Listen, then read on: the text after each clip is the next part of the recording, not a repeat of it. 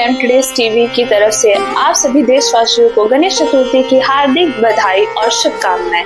मैं वैशाली राय और आप देख रहे हैं 4AM टुडेज टीवी। तो चलिए जानते हैं गणेश चतुर्थी 2025 की मान्यता, शुभ मुहूर्त, पूजा विधि और पौराणिक कथा। गणेश चतुर्थी की मान्यता है, बुधवार यानी 27 अगस्त से गणेश उत्सव की शुरुआत हो रही है। गणेश पुराण के अनुसार भाद्र मास की शुक्ल चतुर्थी को ही गणेश चतुर्थी मनाई जाती है। कहा जाता है कि इस दिन माता पार्वती ने अपने हाथों से गणेश जी की प्रतिमा बनाई और भगवान शिव जी ने उन्हें प्राण प्रतिष्ठा से स्थापित किया। तभी से इस दिन को गणेश चतुर्थी के रूप में मनाया जाता है। तो चलिए अब जानते हैं भगवान गणेश के सिद्धि विनायक स्वरूप के बारे में। ऐसे तो गणपति के अनेक रूप हैं, लेकिन भाद्र मास की चतुर्थी पर उन्हें सिद्धि विनायक के रूप में पूजा जाता है। मान्यता है कि भगवान विष्णु ने ही गणेश जी को सिद्धि विनायक नाम दिया था। यह स्वरूप सुख, शांति और समृद्धि का प्रतीक है। इसीलिए हर शुभ कार्य की शुरुआत गणेश जी की पूजा के साथ की जाती है। शुभ मुहूर्त और गणपति स्थापना। अब जानते हैं इस साल गणपति स्थापना का शुभ समय क्या है। 2025 में गणपति स्थापना के लिए 27 अगस्त को 2 शुभ मुहूर्त प्राप्त हो रहे हैं।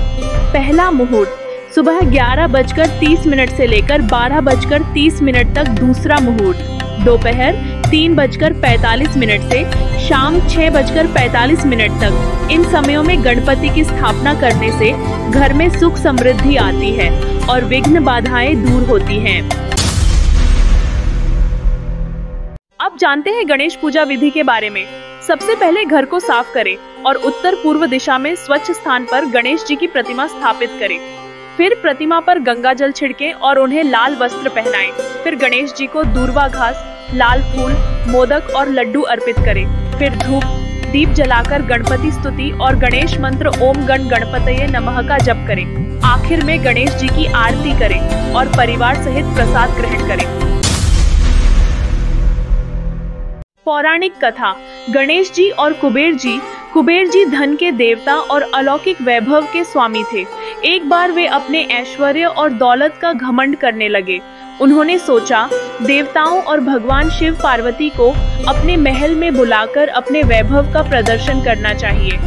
कुबेर जी कैलाश पर्वत पर पहुंचे और भगवान शिव पार्वती को भोजन पर आमंत्रित किया। भगवान शिव ने उनका निमंत्रण स्वीकार किया, लेकिन स्वयं जाने के बजाय छोटे गणेश जी को भेज दिया। गणपति बप्पा जब कुबेर के महल पहुंचे तो उन्होंने तरह तरह के व्यंजन परोस दिए, लेकिन आश्चर्य की बात यह हुई कि गणेश जी खाते ही जा रहे थे और उनकी भूख शांत ही नहीं हो रही थी। देखते ही देखते कुबेर के महल का सारा भोजन समाप्त हो गया। गणेश जी ने कहा, कुबेर जी, मुझे अभी भी भूख लगी है। अब कुबेर जी भयभीत हो गए। महल में भोजन तो समाप्त हो चुका था, लेकिन गणेश जी की भूख बढ़ती जा रही थी। आखिरकार परेशान होकर कुबेर जी भागते हुए कैलाश पर्वत पहुँचे और भगवान शिव पार्वती से मदद मांगी। तब माता पार्वती ने उन्हें थोड़े से चावल दिए और कहा, ये प्रेम और भक्ति से गणेश को अर्पित करो।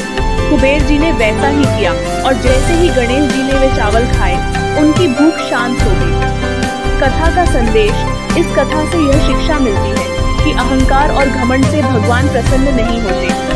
भगवान को केवल सच्ची श्रद्धा, प्रेम और भक्ति से ही प्रसन्न किया जा सकता है। इस गणेश चतुर्थी पर हम सब मिलकर विघ्नहर्ता गणपति जी की स्वागत करें और जीवन में खुशहाली, समृद्धि और शांति की कामना करें।